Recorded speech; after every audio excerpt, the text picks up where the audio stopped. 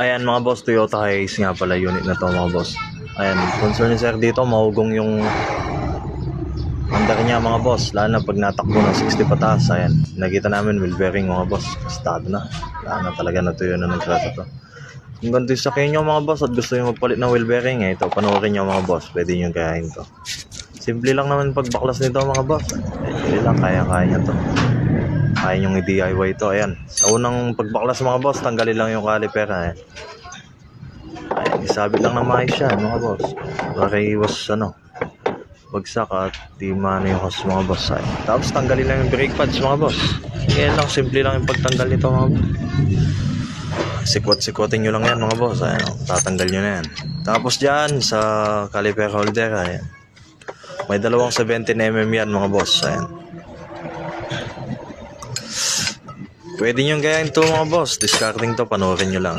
Madali lang naman to mga boss. Yan lang, bali dalawa, isa, tsaka 4 na bolt na 17mm sa baka sa wheel bearing. Yan lang. Alos nasa likod lahat yan mga boss. Ayan. Ayan. Yan mga boss, nalubakan ko na yan kaya medyo madali lang yan. Pinapakita ko lang sa inyo. Pero yan, maikpit talaga yan mga boss. Ayan, simpleng-simple lang. Yun lang, tapos makikilaan nyo na yan. Yung buong wheel bearing mga boss, kasama yung rotor disc na yan. Yan pala, papadala rin natin sa machine shop to mga boss para ipag-present peso mga boss. Ayan, kung gusto nyo mag-DIY mga boss, ulitin nyo lang to, panoorin nyo lang mga boss. Pwede nyo gayahin. Nakakatipid pa kayo mga boss kung kayo na lang yung gagawa. Ayan. Diyan mga boss, technique dito sa pagtanggal. Ayan, uga-ugayin nyo lang. Ilalim, side by side, ganyan lang. Makuha nyo na yan. Ganyan lang. Yan, medyo pwersado kaya yan. Huminga na malalim.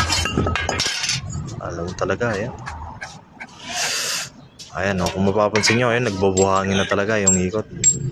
Ayan yung mga bolt na pinagtanggalan ko mga boss. Yan lang, 4 na sa wheel bearing, 2 sa caliper holder, tsaka yan 14mm lang.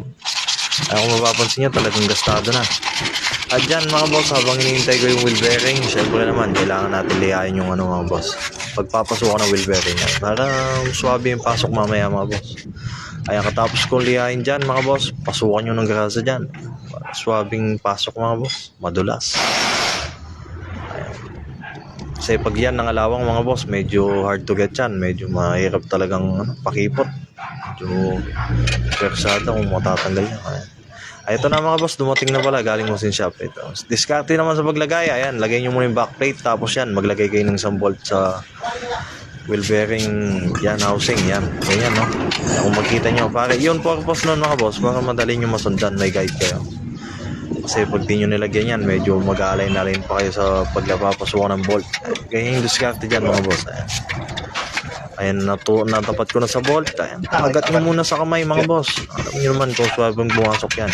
Pag swabe, ituloy nyo na mga boss. Ganda. Tapos yan, lubos-lubosan nyo na ipasok. Pag alam nyo na kumagat na. Ay, ganyan yung diskarte dyan mga boss. Hindi lang yan.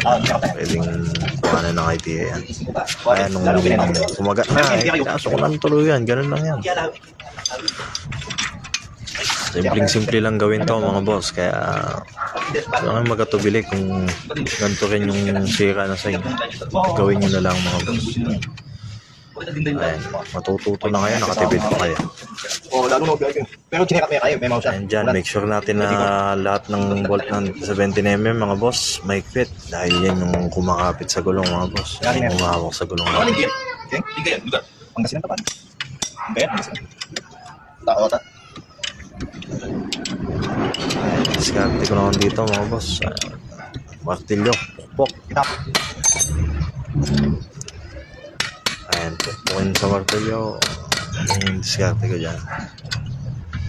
Dahil yung pag-impact na yun, pwersado na yan mga boss. Ay, ganyan lang oh.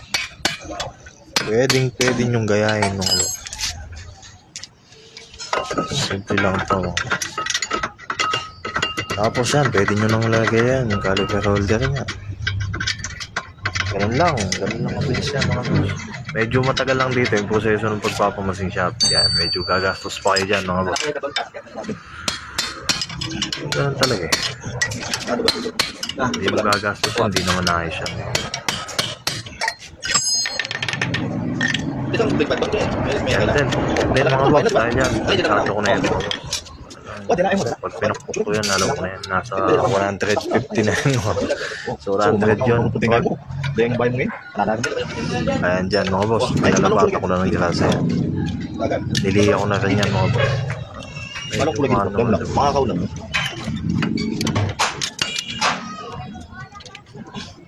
Yan, sobrang init dyan mga boss. Tagaktak yung pawis ko.